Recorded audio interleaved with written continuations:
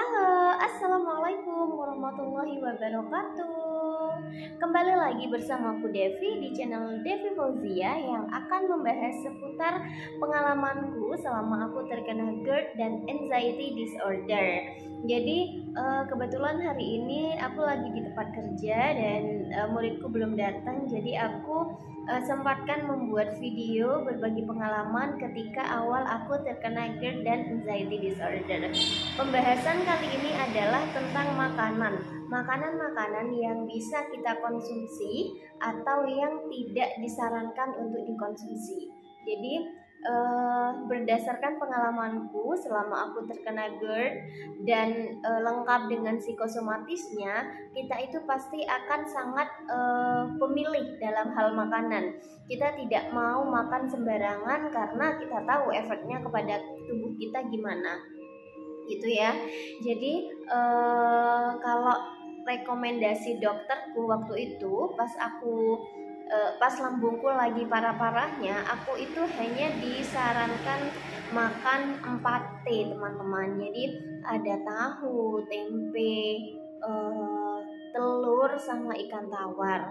Aku juga tidak boleh mengkonsumsi buah sama sayur, susu yang tepung-tepung itu tidak disarankan teman-teman. Soalnya katanya akan menghambat proses kesembuhan lambungnya. Jadi fungsi lambung itu akan lama gitu. Ini fungsi lambung tidak akan berfungsi dengan baik gitu kalau kita makan makanan yang dipantang, yang tidak bisa diterima oleh lambung kita. Tapi pada awal-awal aku terkena GERD sama anxiety disorder, karena tingkat panikku lebih dominan, tingkat cemasku lebih dominan. Jadi apapun makanan yang masuk di perutku ini kayaknya salah teman-teman. Padahal aku sudah mengikuti saran dari dokter. Aku sudah mengurangi yang namanya goreng-gorengan. Aku tidak makan buah pedes-pedes, apalagi santan, berbagai sayuran aku tidak makan. Tapi di aku itu tidak ngefek gitu di tubuhku. Jadi makan makanan apapun salah teman-teman. Makan sedikit salah, makan banyak salah, tidak makan salah, makan ini salah. Jadi makan makanan apapun itu mesti ada efek tidak enak gitu. Maka pada waktu itu aku sangat pemilih dalam hal makanan. Jadi benar-benar berat badanku turun sampai 6 sampai 7 kilo waktu itu, karena aku benar-benar takut makan makanan yang menyebabkan asam lambungku naik. Padahal bagi kita penderita GERD yang lengkap dengan psikosomatisnya, sebenarnya makanan itu bukan pemicu utama kalau di aku ya teman-teman. Jadi makanan itu bukan pemicu utama naiknya asam lambung. Yang bikin asam lambungku naik itu bukan gara-gara makanan. Mungkin adalah beberapa makanan yang tidak cocok di aku, tapi pada waktu awal-awal itu kayaknya semua makanan yang aku makan itu jadinya salah. Jadinya membuat aku mual, terus begah, terus nyeri di mana-mana. Dan ternyata tingkat cemasku nih yang lebih dominan. Setiap aku makan, aku mikir duluan, ini nanti kalau aku makan ini nih, nanti aku efeknya gimana ya, aku cocok enggak ya makan ini. Nah, karena sebelum makan mindset kita sudah salah, itu jadinya kayak tersugesti pikiran kita. Jadi setiap makanan masuk itu salah aja gitu teman-teman. Padahal bagi kita penderita GERD dan psikosomatis ini sebenarnya yang perlu kita fokuskan itu lebih ke menjaga pola pikir. Jadi agar tidak terlalu cemas, agar tidak terlalu panik yang berlebih. Kalau rasa cemas dan paniknya kita itu sudah menurun, sudah bisa kita kontrol, insya Allah asam lambungnya juga akan berfungsi dengan sedia kala gitu teman-teman. Jadi kalau aku faktor makanan itu bukan menjadi faktor utama ya. Pemicunya lebih ke karena itu tingkat cemas sama panik pikiran sih. Kalau sudah mikir macem-macem, meskipun kita makannya sudah benar, tapi asam lambungku itu tetap naik teman-teman. Aku tetap mual-mual, aku tetap begah, aku tetap keliengan. Pokoknya berbagai sensasi itu tetap ada di tubuh aku ya. Itu kalau aku. Jadi karena aku sudah banyak pengetahuan nih, nyari-nyari, aku ngulik tentang penyakitku ini, tentang GERD dan psikosomatis. Nah, akhirnya aku tidak fokus kepada makanan yang aku makan, tetapi fokus gimana caranya agar aku bisa mengontrol panikku, mengontrol rasa cemasku, agar aku tidak terlalu berpikiran macam-macam itu teman-teman ya. Karena percuma kita makan makanan yang udah sesuai nih dengan saran dari dokter atau teman-teman kita yang yang mengalami penyakit yang sama, tapi karena kita GERD-nya itu bukan karena makanan pemicu utamanya, itu tidak akan better kalau pikiran kita masih macam-macam, asam lambungnya tetap aja naik gitu teman-teman, tidak turun-turun gitu ya. Jadi aku fokuskan, berarti aku harus fokusku ini harus aku alihkan ke pola pikirku. Kalau makanan karena waktu itu aku udah ngejaga makanan sampai sebulan tapi tidak better di aku, berarti bukan ini nih pemicu utamanya, bukan makanan nih di aku gitu. Lebih ke menjaga pola pikirku agar aku tidak mikir macam-macam teman-teman. Akhirnya dari situ aku sudah mulai berani mencoba makanan-makanan selain 4T yang aku sebutkan barusan itu ya teman-teman. Aku mulai makan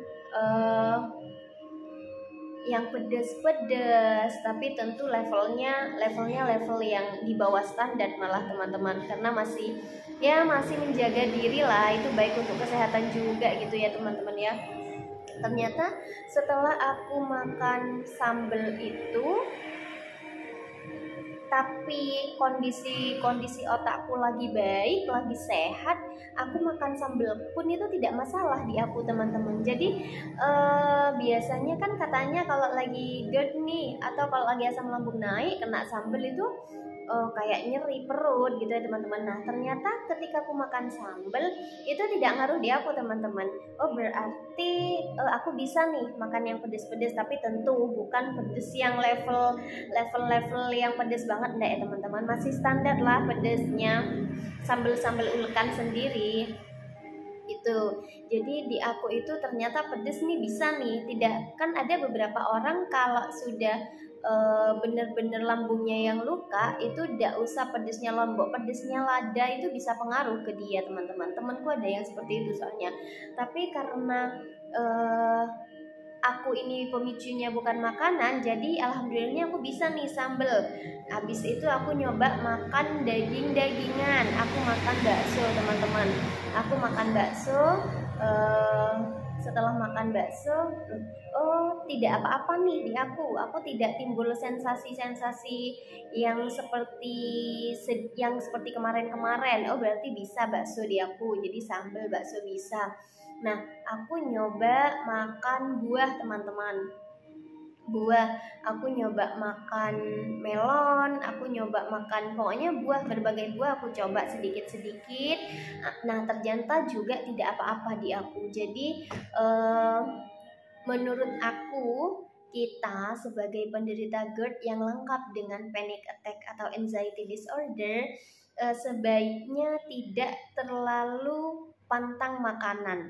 Tidak terlalu pantang makanan bukan berarti kita boleh makan yang seenaknya yang menyebabkan kesehatan kita terganggu ya teman-teman ya. Kayak dibatasi aja, makan sambal boleh asal sedikit, tidak terlalu pedas. Makan daging juga boleh asal daging yang harus dimakan tuh daging yang benar-benar bagus. Terus lemak-lemak memang harus dikurangi teman-teman. Buah, sayur silakan dicoba aja teman-teman. Karena menurut pengalamanku kalau misalnya kita takut makan ini takut makan itu, akhirnya akhirnya ternyata bukan makanannya nih yang bikin kita menjadi panik, tapi karena pikiran kita sendiri.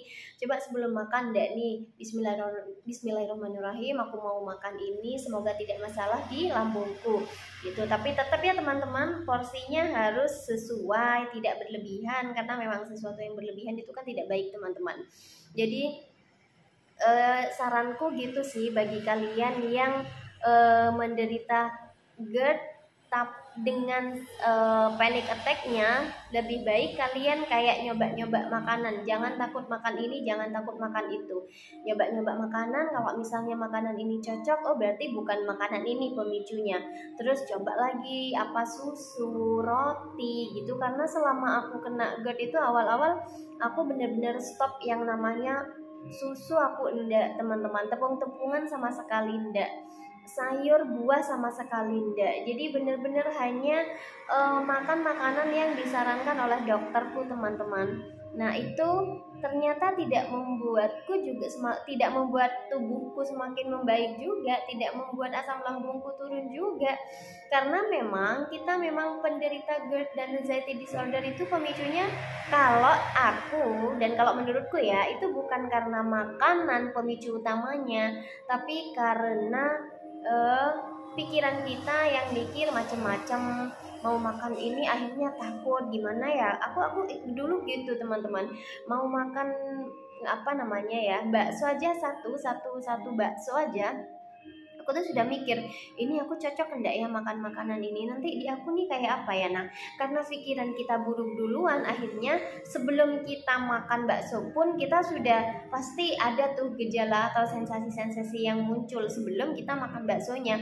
Tapi kalau misalnya di ini kita ubah deh, sekarang mindset kita ubah deh, jadi setiap mau makan Bismillahirrahmanirrahim, makanan ini sehat untukku, baik untuk lambungku gitu ya teman-teman. Tapi tetap sekali lagi, porsinya harus diperhatikan. Aku tidak bilang kalau kalian boleh makan sembarangan akhirnya porsinya berlebihan gitu ya teman-teman. Tetap dimakan dengan porsi sesuai dengan kebutuhan tubuh kita teman-teman, agar kita juga tidak semakin ini ya, semakin kurus, agar kita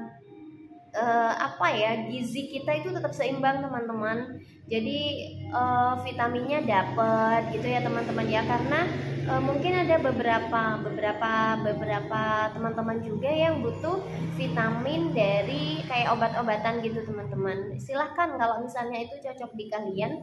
Tapi karena memang kalau aku itu tidak terlalu mengkonsumsi obat-obatan, jadi aku jarang atau hampir tidak pernah mengkonsumsi kayak suplemen ini, suplemen itu. Jadi aku bener-bener dari makanan yang aku makan sehari-hari gitu teman-teman. Tapi kalau misalnya beberapa teman-teman ada yang cocok di minum suplemen ini, vitamin ini, silahkan diteruskan selama itu baik untuk kesehatan lambung, kesehatan kesehatan lambung kalian gitu, tidak mengganggu kesehatan lambung.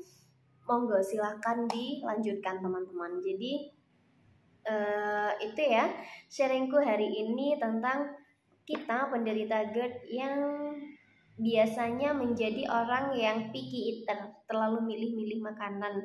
Kenapa kita milih-milih? Karena kita takut ketika kita mau makan sesuatu itu tidak cocok di tubuh kita, akhirnya muncul sensasi-sensasi yang sangat tidak nyaman gitu. Jadi mulai sekarang jangan takut lagi untuk makan makanan yang mungkin tidak terlalu menjadi pemicu utama naiknya asam lambung kita. Jadi memang poin pertama yang harus diperhatikan itu tetap aku selalu bilang ke teman-teman di setiap video-videoku untuk selalu menjaga atau mengontrol pola pikir kita, mengontrol rasa panik, rasa cemas gitu ya teman-teman.